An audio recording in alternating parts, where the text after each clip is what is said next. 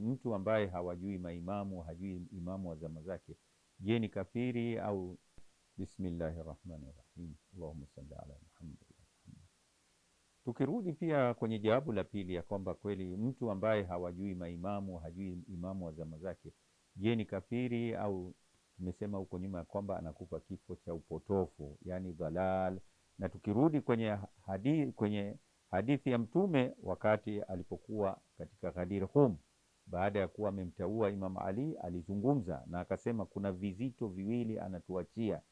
Anasema ya kwamba inni tarikun fikum thaqalain, hakika mimi nawachieni vizito viwili, kitabullahi wa itrati ahla beiti, kitabu cha Mwenyezi Mungu, na pili kizazi changu cha karibu ambacho ni ahli beiti wangu.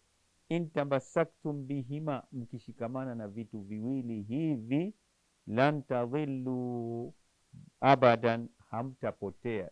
Si tu kwamba mtaingia katika upotofu, yani ukafiri, la, hamtapotea kamwe, abadan.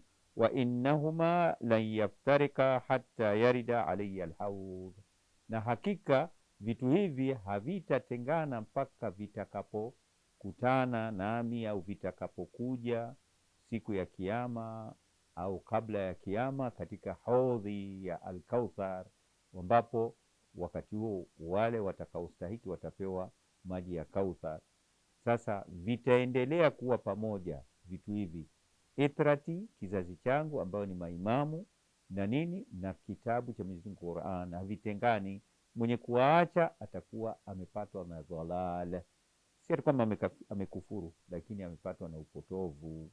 Kwa hivyo kushikamana na nguzo tano pamoja na Ahlul Bait ndio Uislamu uliokamilika.